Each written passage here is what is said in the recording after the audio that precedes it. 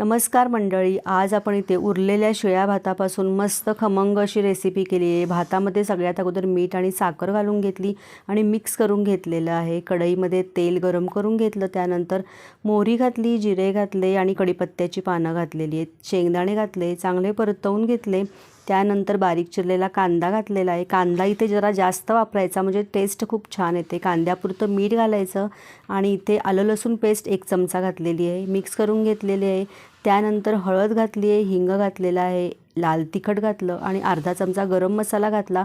पुन्हा हे सगळं मिक्स करून घ्यायचं आणि याच्यामध्ये भात घालायचा आहे आपण आणि हा पूर्णपणे फोडणीमध्ये मिक्स करून घ्यायचा।